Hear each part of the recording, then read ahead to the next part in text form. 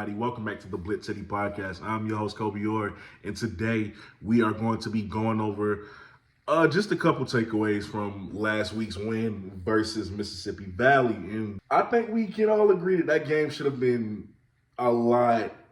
It shouldn't have been as close as it was. I think we all know that.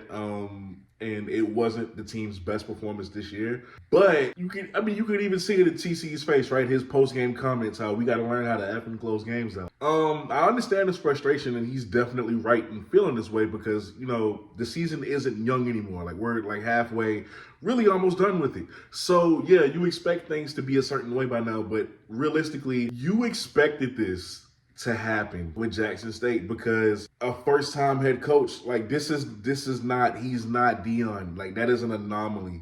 For him to be 5-3 right now, for TC to be 5-3 right now, and to have the team working through these problems consistently throughout the week and dealing with injuries and still being able to have a above 500 record. What is he, number 3 in the SWAC? Behind Alabama State and FAMU, he's doing a damn good job for his first year. So realistically, you expected this to happen. You knew there were going to be obstacles. But let's get into the takeaways. So number one, who I really wanted to talk about, a guy who I was very excited for when he first committed to Jackson State, Jacobian Morgan. See, Jacobian Morgan, man, I give him a B+.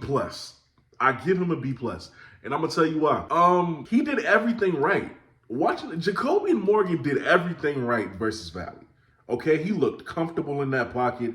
Okay, he took what the defense gave him. He is such a threat to run the football. He is a threat. And he runs in such a careful way, if you know what I'm saying. Like, I don't really know how to describe it, right? But he doesn't run in a reckless manner like a lot of mobile quarterbacks do. He runs in such a careful way, but he's still fast, he's still elusive, he's big, but he's not really trying to take those punishing hits.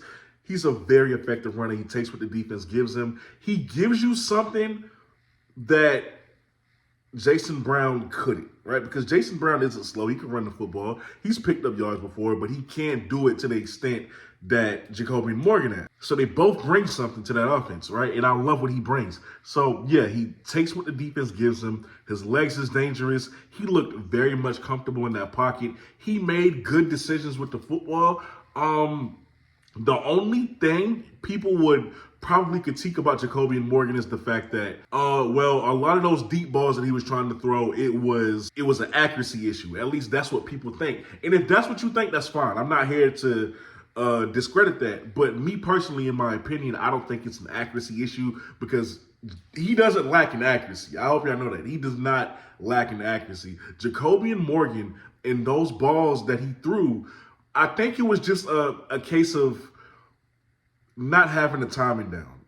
If y'all understand what I'm saying, right? I think he needs to work on the timing with his receivers. This is his first time starting. He has not been with the ones all season. Maybe with a few reps of practice here and there because Jason Brown has really been the starter for the majority of the time. But he needs to get his timing down with the ones. They're used to catching passes mainly from Jason Brown. So, yeah, he's going to have to figure that out.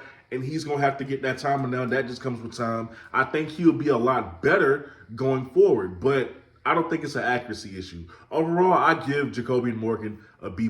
I was very excited about him. Now, the bad, right? The fumbles. That was, it was bad. I'm not going to lie to you. I think, what was it, like 4 or 5, probably even more fumbles than that y'all had versus Valley. I'll say this. I'm not going to let these running backs off the hook. Like, I'm not going to give them the excuse of, hey, Irv wasn't playing. Irv was, out today. He was hurt. We've seen these running backs, as talented as they are, we have seen them go in even when Irv was playing, right? Like, we've seen these guys provide quality production behind Irv Mulligan. They just need to hold on to the football. It's that simple. It was just a bad game holding on to the football for those backs. And I'm gonna be honest with you. If that continues, if I'm TC, I might make a call to Coach Herman Boone.